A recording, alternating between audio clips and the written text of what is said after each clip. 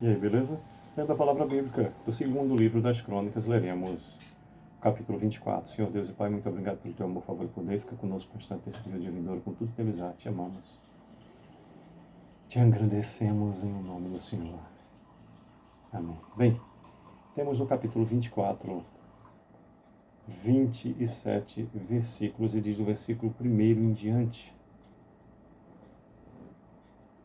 Tinha Joás 7 anos de idade quando começou a reinar, e 40 anos reinou em Jerusalém. Era o nome da sua mãe, Zíbia, de Berseba. Fez Joás o que era reto perante o Senhor todos os dias do sacerdote Joiada. Tomou-lhe Joiada 2 mulheres e gerou filhos e filhas. Depois disso, resolveu Joás restaurar a casa do Senhor, reuniu os sacerdotes e os levitas e lhes disse: Saí pelas cidades de Judá e levantai dinheiro de todo Israel para reparardes a casa do vosso Deus de ano em ano. E vós apressai-vos nisso. Porém os levitas não se apressaram. Mandou o rei chamar Joiada, o chefe, e lhe perguntou: Por que não requereste dos levitas que trouxessem de Judá e de Jerusalém o imposto que Moisés, servo do Senhor, pôs sobre a congregação de Israel para a tenda do testemunho? Porque a perversa Atalia e seus filhos arruinaram a casa de Deus e usaram todas as coisas sagradas da casa do Senhor no serviço de Baalins. Deu o rei ordem e fizeram um cofre e puseram do lado de fora a porta da casa do Senhor. Publicou-se em Judá e em Jerusalém que trouxessem ao Senhor o imposto que Moisés, servo de Deus, havia posto sobre Israel no deserto. Então todos os príncipes e todo o povo se alegraram e trouxeram o imposto e o lançaram no cofre até acabar a obra.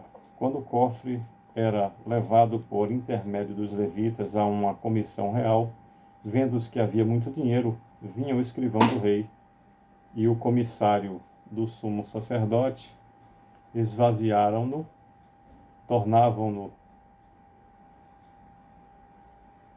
Repetindo o versículo 11, que nos diz: Quando o cofre era levado por intermédio dos levitas a uma comissão real, vendo-se que havia muito dinheiro, vinha o escrivão do rei e o comissário do sumo sacerdote, esvaziavam-no, tomavam-no e levava de novo ao seu lugar. Assim fazia dia após dia, ajuntaram dinheiro em abundância, o qual o rei e Joiada davam aos que dirigiam a obra e tinham a seu cargo a casa do Senhor. Contrataram pedreiros e carpinteiros para restaurarem a casa do Senhor, como também os que trabalhavam em ferro e em bronze para repararem a casa do Senhor. Os que tinham o encargo da obra trabalhavam e a reparação tinha bom êxito com eles. Restauraram a casa do Senhor no seu próprio estado e a consolidaram. Tendo eles acabado a obra, trouxeram ao rei e a Joiada o resto do dinheiro de que se fizeram utensílios para a casa do Senhor, objetos para o ministério e para os holocaustos, taças e outros objetos de ouro e de prata, e continuamente ofereceram holocaustos na casa do Senhor todos os dias de Joiada. Envelheceu Joiada e morreu farto de dias. Era da idade de 130 anos quando morreu. Sepultaram-no na cidade de Davi com os reis, porque tinha feito bem em Israel e para com Deus e a sua casa.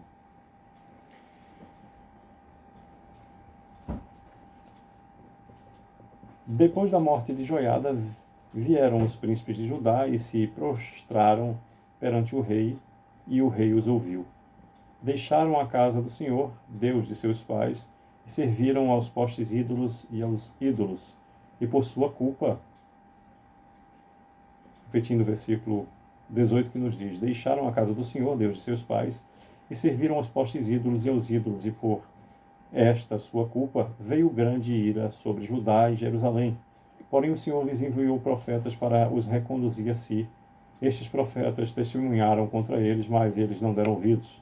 O Espírito de Deus se apoderou de Zacarias, filho do sacerdote Joiada, o qual se pôs em pé diante do povo e lhes disse: Assim diz Deus: Por que transgredis os mandamentos do Senhor, de modo que não prosperais?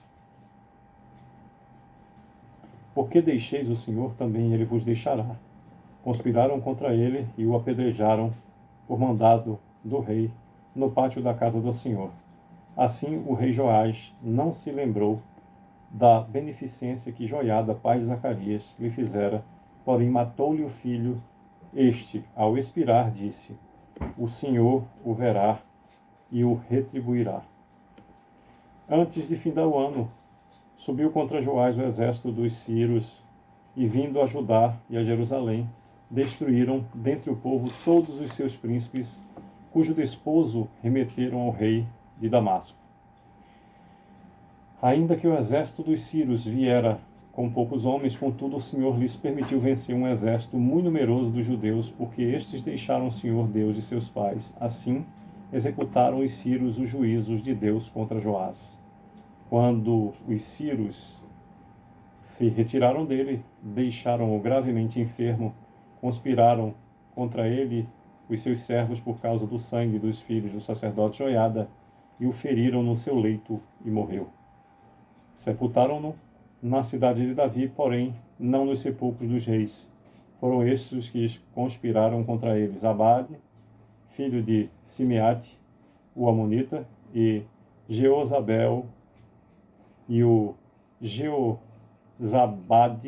filho de Sinrite, a moabita. Repetindo o versículo 26 que nos diz: sepultaram-no na cidade de Davi, porém não no sepulcro dos reis. Foram estes os que conspiraram contra eles: Zabade, filho de Simeate, a amonita, e Jeozabade, filho de Sinrite, a moabita.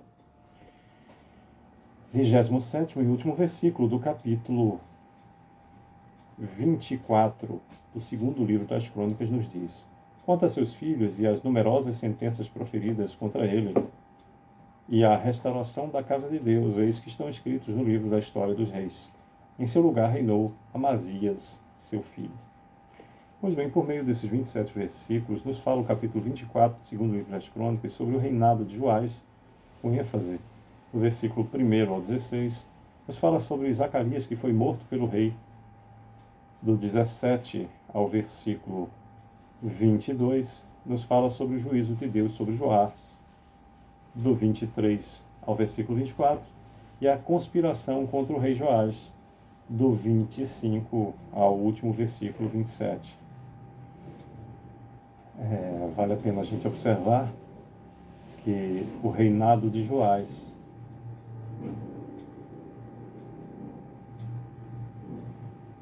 começou, como diz o versículo 1, tinha Joás 7 anos de idade quando começou a reinar, e 40 anos reinou em Jerusalém.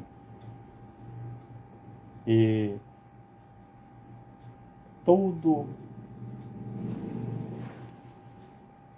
o desenrolar das suas ações,